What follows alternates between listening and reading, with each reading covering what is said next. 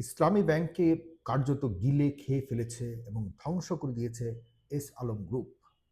আমাদের দেশে যে ব্যাংকিং কালচার রয়েছে, সারা বিশ্বের মতো আমাদের দেশেও কিন্তু ব্যাংকিং কালচার চমৎকার কালচার ছিল এবং আমাদের এই ব্যাংকিং খাত থেকে অনেক, অনেক মানুষ উপকৃত হয়েছে এবং চমৎকার আদর্শ একটি অর্থনীতি ছিল ব্যাংকিং খাতকে ঘিরে। কিন্তু আমরা যেটি দেখেছি গত শেখ হাসিনা আমলের আ শেষের দিকে মোটামুটি মধ্য সময় থেকে শুরু করে শেষের দিক পর্যন্ত কিছু, কিছু ব্যাংক খেকোদের আমরা দৌরাত্ম্য দেখেছি। এর মধ্যে অন্যতম হলো এই এস আলম গ্রুপ।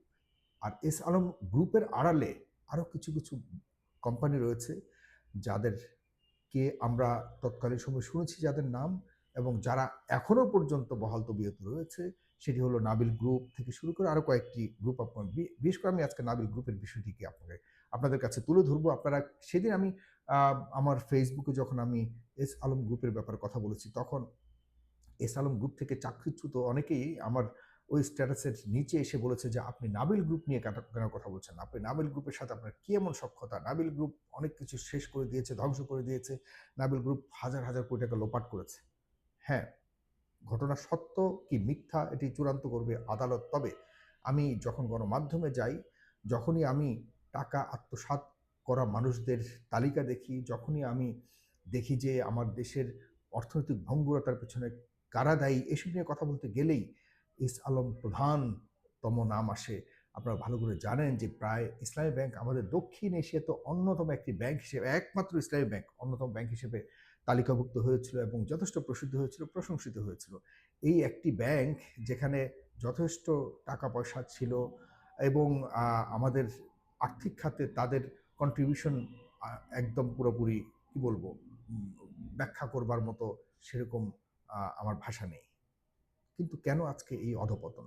ইসলামী ব্যাংকের এখনো পর্যন্ত এই ব্যাংকটি আসলে ইসলামী ব্যাংক বলতে তো কারো আ ব্যক্তি মালিকানার বিষয় নয়। আমাদের প্রতিটি ব্যাংক যারা ভালো করবে তারা আমাদের জাতীয় সম্পদে রূপান্তরিত হয়। এবং একটি ব্যাংক যখন আদর্শ নিয়ম নীতি নিয়ে দেশের অর্থনীতিতে যখন তারা একটা ভালো অবদান রাখে, তখন এই ব্যাংকগুলি আর মানে নির্দিষ্ট কিছু মালিকের হাতে থাকে না। এটি জাতীয় সম্পদে পরিণত হয়। আমরা এই সম্পদটিকে আসলে কি শেষ করে দিয়েছি? ধ্বংস করে দিয়েছি? আসুন আমি যে বিষয়টি আজকে বলার জন্য মূলত এই ভিডিওটি করছি সেটি হলো যে এই ব্যাংকটি আর কারা ধ্বংস করেছে? তাদেরকে কি আমরা আসলেই বিচারের দাঁড়ে আ দাঁড় করাতে পেরেছি? আমরা কি আসলেই তাদের কাছ থেকে এই আ যে মানে চুরিকৃত অর্থ অথবা ডাকাতি করে নিয়ে যাওয়া অর্থ সেগুলিকে আমরা ফেরত আনতে পেরেছি? আমরা কি পেরেছি সেইসব যারা ব্যাংক খেকো এবং যারা নামে বেনামে অবৈধ কাগজপত্র দিয়ে এবং অসত্য ইনফরমেশন দিয়ে ব্যাংকগুলো থেকে খুব পরিকল্পিতভাবে ষড়যন্ত্রের মাধ্যমে হাজার, হাজার কোটি টাকা লোপাট করেছে, তাদেরকে কি আমরা বিচারের মুখোমুখি করতে পেরেছি? নাকি তাদের অর্থের কাছে অনেকে আমরা বিক্রি হয়ে গেছি?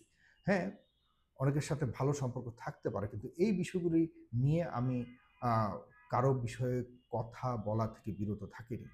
আমি আপনাদেরকে আজকে যেটি আ বলার জন্য ভিডিওটি করেছি সেটি হলো নাবিল গ্রুপ। নাবিল গ্রুপের ব্যাপারে আপনারা অনেকে বলেছেন যে আমি কেন নাবিল গ্রুপ নিয়ে কথা বলছি না। আমি আজকে নাবিল গ্রুপ নিয়ে কথা বলছি। এখন আপনাদের দায়িত্ব হলো এটি নিয়ে প্রশ্ন করা কেন নাবিল গ্রুপের ব্যাপারে এখনো পর্যন্ত কোনো ব্যবস্থা নেওয়া হয়নি। যদিও নাবিল গ্রুপের ব্যাপারে আমরা আমাদের মিডিয়া থেকে যতটুকু জেনেছি তারা তাদের মতো করে ফেস করছে, তাদের মতো করে তারা এই বিষয়গুলিকে হ্যান্ডেল করছে এবং তারা ব্যবসা করছে, তারা মিডিয়া করছে, তারা স্বাভাবিকভাবে জীবনযাপন করছে। তাদের কোনো সমস্যা দেখছে না তারা। কিন্তু আমরা যখন দেখি অন্যান্য গণমাধ্যমে এবং ব্যাংকিং আ যখন এই বিষয়গুলিকে যখন তদন্ত করতে যায় তখন বলা হয় যে নাবিল গ্রুপ হাজার, হাজার কোটি টাকা লোপাট করেছে। তাহলে কেন নাবিল গ্রুপকে প্রশ্ন করা হচ্ছে না? কেন নাবিল গ্রুপকে ডাকা হচ্ছে না?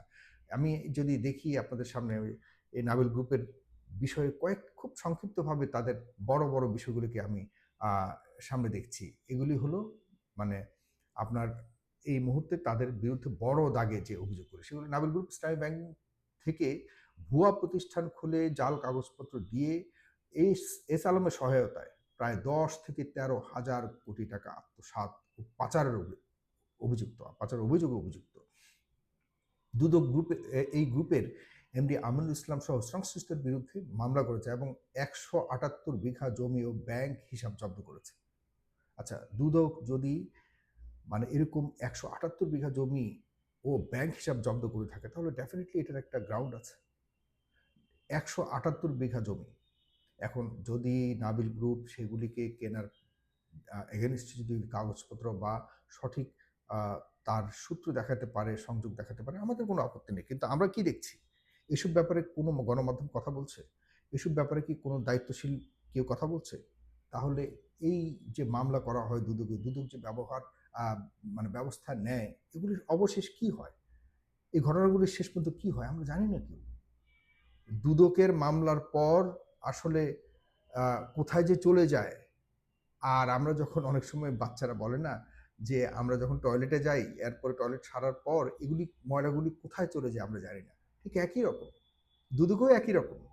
এগুলো কোথায় চলে যায়? আমরা কেউ জানি না। জানতে চাই, আমরা জানতে চাই। এখন নতুন বাংলাদেশে তৈরি, এখন বর্তমান প্রধানমন্ত্রী খুবই স্পষ্টভাবে যেকোনো ধরনের দুর্নীতিবাজদের বিরুদ্ধে তিনি খুব স্বচ্ছভাবে দেশ পরিচালনা করবার জন্য চ্যালেঞ্জ হাতে নিয়েছেন। সুতরাং কেন এখনো পর্যন্ত পূর্বের অভিযুক্ত, এমনও না যে এই সরকারের অভিযুক্ত। পূর্বের অভিযোগে অভিযুক্ত এবং প্রমাণিত দোষীরা কেন এখনো পর্যন্ত ধরা-ছোঁয়ার বাইরে থাকবে? এবং কিভাবে থাকছে, এর পেছনে কারা? নতুন যারা এখন শেল্টার দিচ্ছে তারা কিভাবে দিচ্ছে? তারা কিভাবে সুযোগ পাচ্ছে এবং এই নতুন কাহিনী কি? এসবও আমরা বের করব। আমরা কাজ করছি। ভুয়া প্রতিষ্ঠানে ঋণ, ইসলামী ব্যাংকের পাবনা, রাজশাহী শাখাসহ বিভিন্ন শাখা থেকে জামান সিন্ডিকেট, নাবা, নাবা এগ্রো ট্রেড ইন্টারন্যাশনাল ইত্যাদি নামে নাম সর্বস্ব প্রতিষ্ঠানের অনুকূলে প্রায় ১,০০৮ কোটি টাকা থেকে শুরু করে কয়েক হাজার কোটি টাকার ঋণ বের করে আত্মসাৎ করা হয়েছে। আচ্ছা।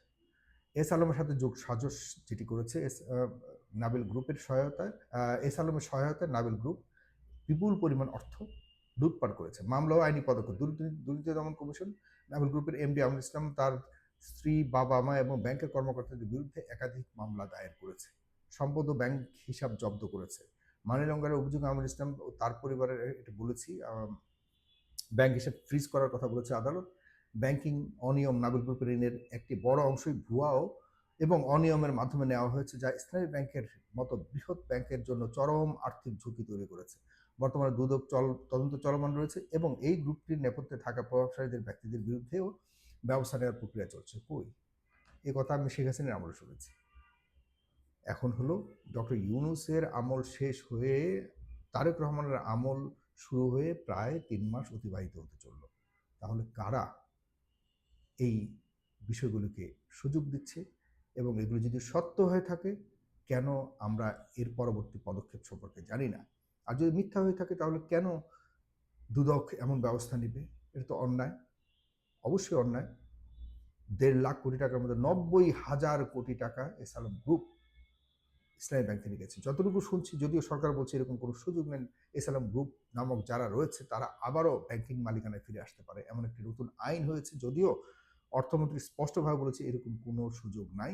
যারা আগের অপরাধী, যারা এরকম মানি লন্ডারিং এর সাথে জড়িত রয়েছে, তারা কোনোভাবেই ফিরে আসার সুযোগ নেই। দেখুন, এই সুযোগে কিন্তু নাবিল গ্রুপও আসবার সুযোগ রয়েছে। কারণ নাবিল গ্রুপেরও কিন্তু আপনার শেয়ার রয়েছে ইসলামী ব্যাংকে। এখন কথা হলো, শেখ হাসিনার আমলে তাহলে শেখ হাসিনা কেন খারাপ ছিল? আমরা কেন সমালোচনা করেছি? যদি একই বিষয়গুলিকে এখনো কন্টিনিউ করা হয়ে থাকে, তাহলে শেখ হাসিনা কেন খারাপ ছিল? এই প্রশ্নটি তো রয়ে যায়। সুতরাং সবাইকে বলব, আপনারা বলুন, কমেন্ট করুন। আমি যে কথাগুলি বললাম, নাবিল গ্রুপের যদি এমন বিষয়গুলি থেকে থাকে, আমি দেখছি প্রমাণ সহকারে দিলাম আপনাদেরকে, তাহলে আমরা চাই অতি সত্বর এই বিষয়ে জানাই। আপনাদের আরেকটি কথা মনে করিয়ে দিতে চাই। কয়েকদিন আগে আমাদের যে নতুন এনসিপির এমপিরা গেছে, তারা কিন্তু তালিকা প্রকাশ করেছে। সবার নাম আছে ওখানে, কিন্তু নাবিল গ্রুপের নাম নাই। অনেকের নাম কিন্তু নাই। না থাকার পেছনে কারণ কি? ধন্যবাদ। সালাম।